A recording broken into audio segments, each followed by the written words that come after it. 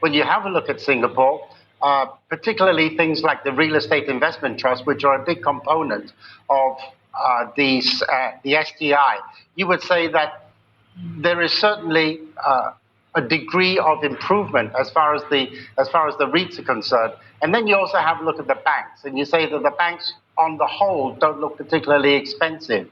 So whilst you may get a correction, I think what you will then find is a lot of stock pickers coming along and saying that these stocks in the market don't look particularly expensive, and then I will step in and buy again, which is why I say to people, don't be too concerned about a correction.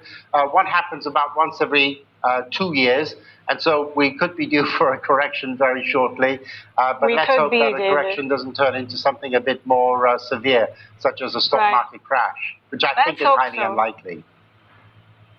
Fair point, David. Thank you very much for sharing your insights with us. David Kuo, co-founder of The Smart Investor. You're watching Asia First, coming to you live on CNA.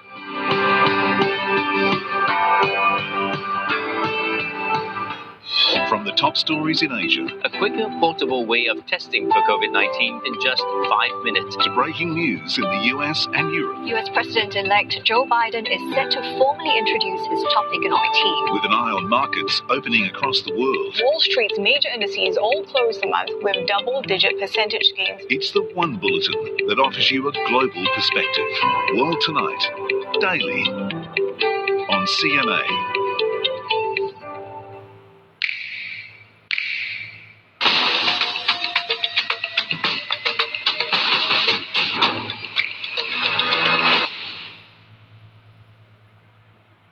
Almost 800 businesses in Singapore went bankrupt in the April to June quarter, nearly double the number from the second quarter of 2020. The latest data shows more companies aren't paying their bills on time, reversing 3 straight quarters of improvement. Some experts say such situations can be avoided with good working capital management and more future-proofing by firms. CNA's Brandon Tanoto reports. What comes in and what goes out. Working capital is a measure of a company's cash flow. This dictates whether a firm has enough to pay staff, suppliers, rent, and other overheads and debt. This leather goods retailer keeps its takings in check by monitoring its inventory to ensure cash is not tied up in stock. So let's say one of the staff is saying, this item in a particular color has been out of stock for so long. We would have to explain to them that it's not just about always keeping in stock things that are fast moving. As salespeople, they also need to learn how to sell the other colors that we have in stock or the other items that we have in stock. The company calls cash the lifeblood of any business. We need cash to innovate and to invest in new technologies. So as an example, like how we leverage on the quiet time last year during circuit breaker to build our new omni-channel platform. It's a balancing act, having to juggle, not having too much debt and at the same time having cash on hand to be ready when the right opportunities come along. Now, managing working capital also means Byne Artisan has more liquidity to invest in growth and expansion plans. In fact, it's teaming up with a neighbouring F&B outlet to launch a new store with new retail offerings. Experts say managing working capital is most crucial in the retail sector, where products may sit on shelves for a long time. For these businesses, there are methods they can employ to increase the cash they have on hand. For instance, businesses could negotiate with suppliers to get a discount for early payments. Similarly, suppliers could also incentivize customers by giving them discounts if they pay up early. So you really need to think of what is it that my business needs and how can I create this extra buffer for myself and my business to continue to move forward. But good working capital alone may not be enough to stave off insolvency. Firms are being told to do more, like ensuring business fundamentals are sound, pivoting the business if necessary, or going online. Once your business is viable, and even if you're under stress, then working capital is a very important tool to manage and to anticipate uncertainty and navigate through a crisis. I think prudence on both the cost side as well as creativity on the revenue side, I think is required, along with working capital management. Working capital is like, working out, right?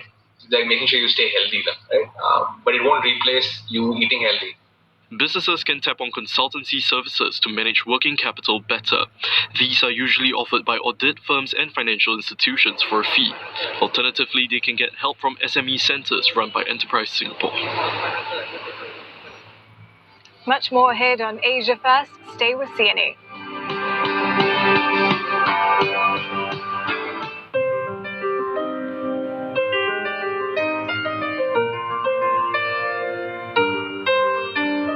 Every time a business opens its doors,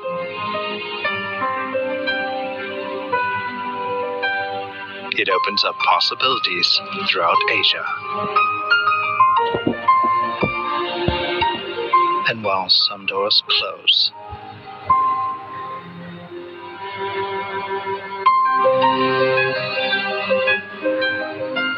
the will to try again never dies. There's nothing small about their commitment to Asia's future. And there's nothing small about our commitment to yours.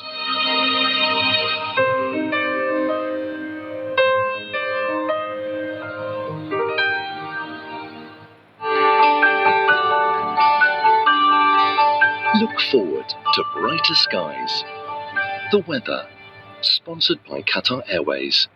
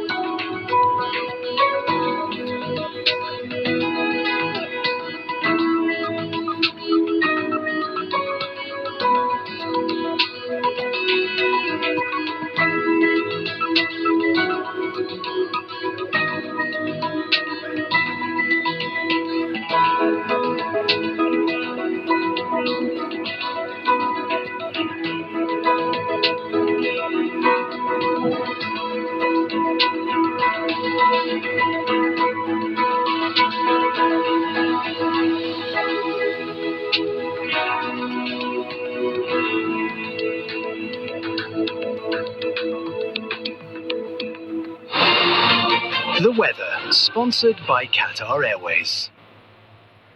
From the top stories in Asia A quicker, portable way of testing for COVID-19 in just 5 minutes. to breaking news in the US and Europe, US President-elect Joe Biden is set to formally introduce his top economic team. with an eye on markets opening across the world. Wall Street's major indices all closed the month with double-digit percentage gains. It's the one bulletin that offers you a global perspective.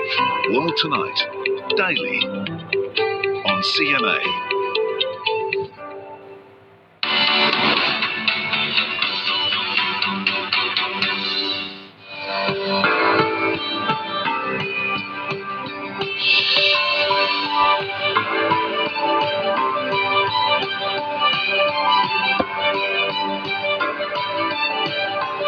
This is Asia First.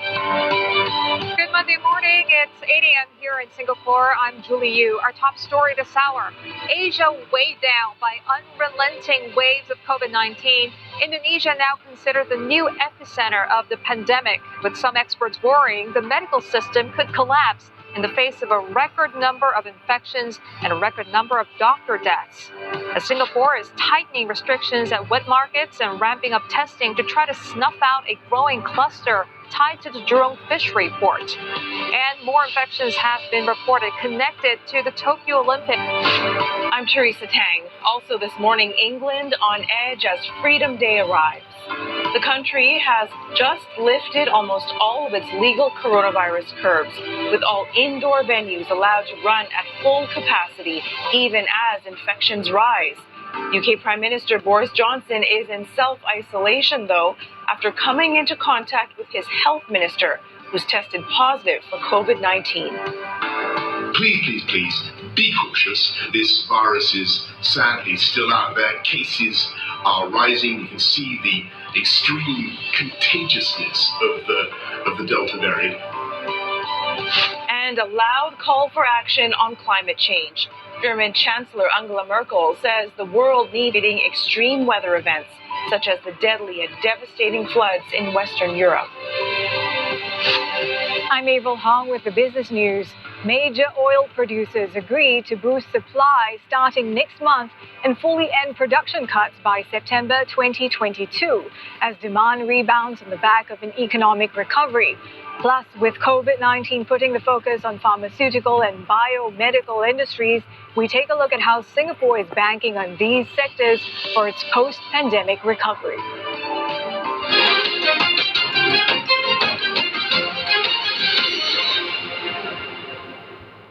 Indonesia has topped Brazil in recording the highest number of daily COVID-19 deaths, even as new cases start to ease. Indonesia reported close to 1,100 fatalities yesterday. That's the highest in the world now.